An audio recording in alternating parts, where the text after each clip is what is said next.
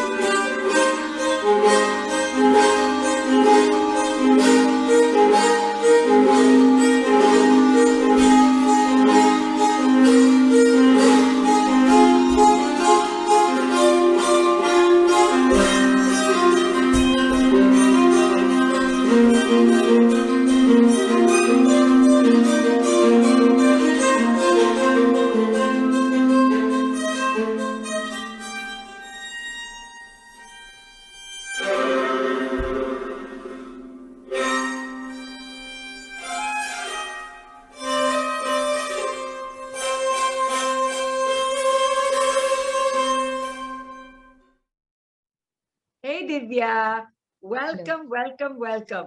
So we saw you 1 year ago in the kitchen, negotiating all kinds of things, trying to understand what it was that you wanted from all of us, trying to do your thing and, appliance, dishwasher and everything. Now, 1 year later, all of you, and you especially, you've really gotten to understand maybe, or begin the journey to understand this whole digital medium and why it's a whole new world, right?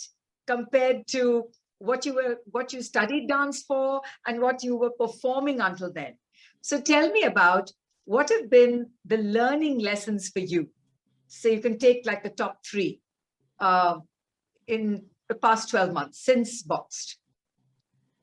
Absolutely, as you said, I think our training and our everything that we are trained for is definitely very different from what we are expected to do now. And I think Boxed in that regard was the very first avenue for most of us to explore what we can do. And with being a part of Boxed 1.0, I think was a huge challenge because there was no precursor, there was no idea of what was expected. So I have obviously, I know I have failed in many ways with regard to how I viewed the assignment back then. But I think the biggest learning for me has been how to approach the camera and not just approach dance from a very musical perspective, which is what I did back then. So although I, in some sense, haven't really, I'm still learning, I'm still catching the ropes. I don't think I really know how best to work with the camera. Also because I live by myself in the UK with my husband, and it's just both of us trying to figure things out most of the times. So I think, yes, the learning for me has been to look beyond just musicality and beyond choreography, but to see how it is viewed by someone else and not just by how one feels while dancing.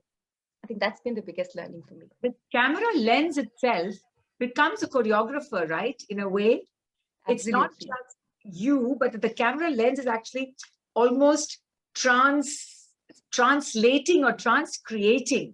So a certain movement you think works for you, but somehow it's not reading on the camera. I think we're still learning that. But listen, your husband's a doctor by profession, but I caught glimpses of him actually singing. And so have you collaborated, the two of you? So post Boxed, I think we figured that there's a lot we both wanted to do ourselves in terms of creating new pieces, or rather exploring pieces for the camera, which could later be built for a stage if and when it happens. So we picked up, small unknown poetry and worked on it together, either for the camera or just as a very linear frame. But the idea was to explore undiscovered poetry. And of course, from a music dance perspective as well. So we've been doing quite a bit. And I think it's been a fun learning experience for both of us. But the UK is opening up, Divya. Are you scheduled to have any stage performances? What are you looking forward to?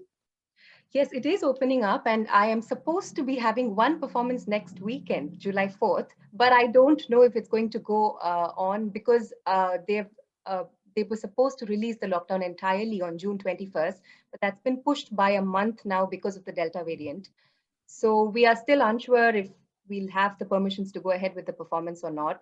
But, there are a lot of things coming up in the subsequent months in September and November. So I'm quite excited because ever since I moved to the UK, there were about 3 months, which was in the winter time, that I could really, move around, see the place, network, see performances, and then everything shut. So I feel like even though I've been here for a year and a half now, I haven't really explored the country as well as the dance scene in the country. So I think it's going to be exciting once things get better. I think so too.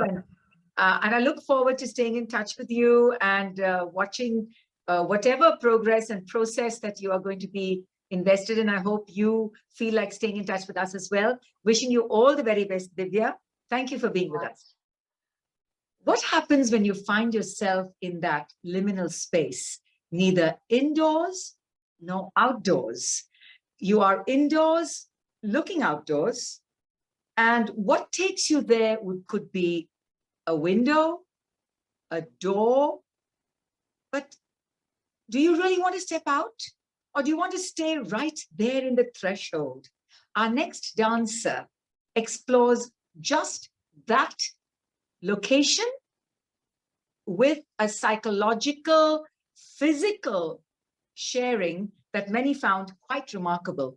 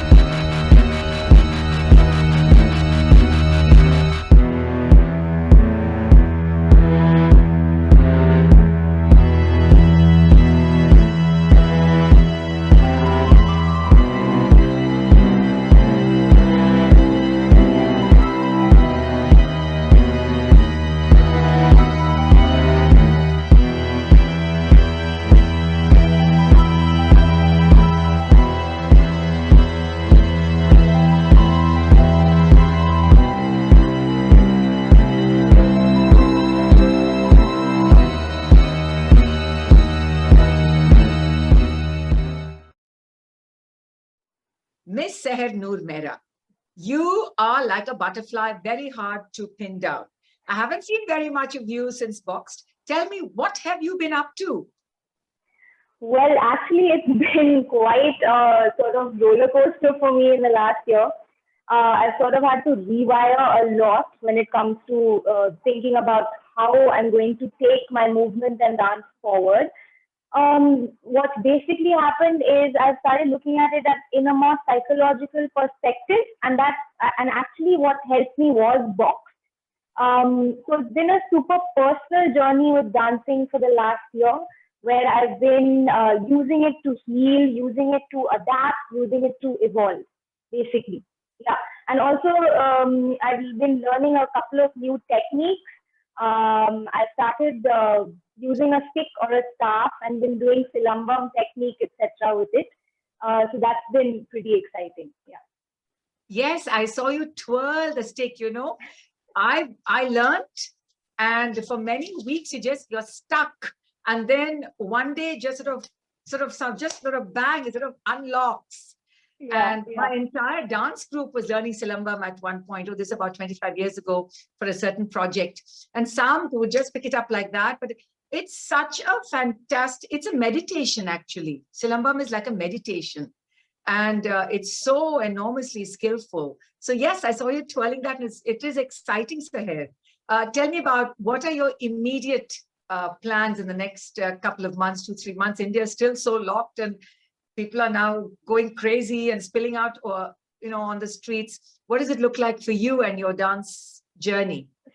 So I have taken on a lot of online teaching, workshops at a couple of schools, etc. And I'm devising a sort of course which kind of incorporates dance and the psyche and how it can help you evolve from a very young age. So I'm hoping to sort of bring in a couple of schools and age groups from like 6 to 9 years old and start teaching that age group, because I feel it's super important to start dance education at a much younger age. And I think they need a vessel for exploration right now. They need a vessel and a voice to sort of express. And I think that's the best way. So I've been really trying to tap into that. That's very exciting to hear, because you're absolutely right. Modern school in Delhi, they had Narendra Sharma as their modern dance teacher for many, many years. And it was compulsory. Everybody had to go through what they call body training. So it was a kind of a Uday Shankar style. So it was a just expressive movement, not a kind of a classical style. So I know so many young boys who are now, of course, grown men, and they spoke about that experience, that they remember it, the body remembers. So the very fact that you're going to be taking movement with your contemporary dance experience, I think it's great. Thank you so much, and all the very best.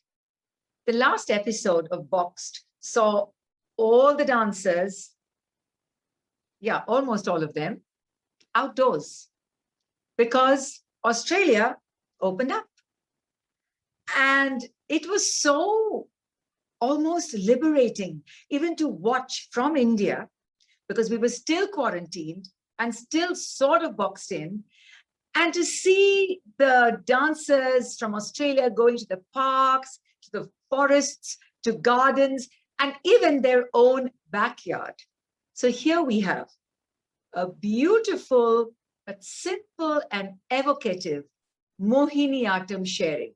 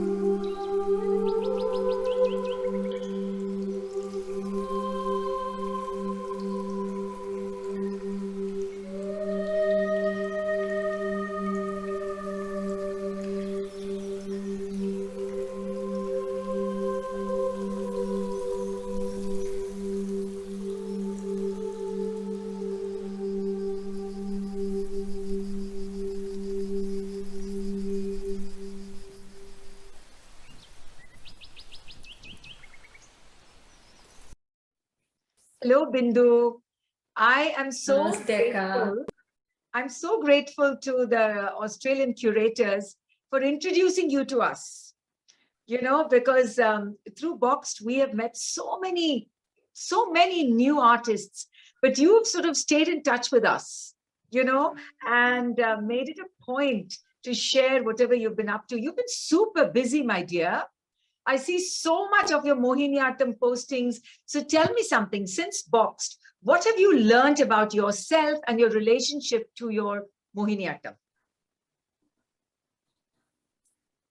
The box came to me at a time of incredible uncertainty. It came at a time when I had to relook at my own well-being. It was a very critical time in my life. And so Boxed revealed to me that I had to be happy, and that is the essence. So what I do today is a learning from what I did at Boxed. So probably in Boxed, you've seen the vulnerability, in my performance, a little bit of pain, a little bit of anguish, and then there was hope. That's what it revealed to me, and I've taken that along with me, and I just do what makes me happy now. And within Mohiniyattam, I've just shattered my practice, and I'm trying to put it back together in a way that makes me happy. Yeah. Well, that's quite interesting to just listen to, because for many people, Mohiniyattam seems to be a beautiful style, but seems to be somehow locked into a kind of a time zone, and it seemingly hasn't moved ahead with the same kind of enthusiasm as, say, Bharatanatyam and Kathak, for instance. So for you to take it apart and put it back together again can also be quite frightening, right? It's quite vulnerable to be in that position where you're asking probing questions that you perhaps never asked of yourself and your art before. So I have a pre-Boxed life and a post-Boxed life. Pre-Boxed, it was always about performing, making sure that the technique was perfect, the dance was perfect. But now I don't do anything for perfection. I just do things to make me happy. So I'm learning to sink into my practice and take the time to relish and enjoy what I do through my breath, through the feelings, through abhinaya. And it has transformed me as a person, I think. And you may have seen that, Akka, in Andal. And I'll forever be grateful to you, because you told me just go for it. And that was the first time I found linkages between all the things I do, because I do a few things together. And I still will never forget that, what you told me, just go for it. And I did. And that's what I have been doing for all my other works since Boxed. And I will remain forever grateful.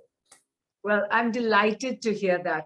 Now, Bindu, my final question to you is, Australia's closed its borders, right, to all of us, but is it opening up there? Do you have any stage performances lined up? Are you going out to watch some shows? I mean, it's winter for you right now, so it's not like you can go outdoors and watch things. So what's ahead in the next few months for you? So there is a cautious movement forward for all types of art practice. I've been very privileged and lucky that I've had a few shows this year, live shows, both contemporary and Mohiniyattam, and I do have a few lined up in the next few months. But again, there's that cautiousness. Everyone's a little bit scared. We close borders at the drop of a hat. The states close borders at the drop of a hat. So yeah, other than that, I think Australia is in a much better space than many places. As artists, we do have opportunities, and we do have the ability to show our art to our people here. Thank you, Bindu. All the very best. We look forward to staying in touch. So there you have it. 3 dancers, 3 different countries, and 3 different styles: Bharatanatyam, contemporary, Mohiniyattam. That's what we have been so proud about. Boxed brought artists of different genres, different disciplines, classical, contemporary, and freestyle, And in the process, we were able to unearth some bright, new, amazing talent. We hope that we can stay in touch with these amazing artists. We thank you for being such an enthusiastic audience and such a cheerleading squad for Boxed. A whole year later, the series is still deeply etched in many minds, particularly as a catalyst, an important marker for all the artists. Thank you for joining. Stay safe, be well.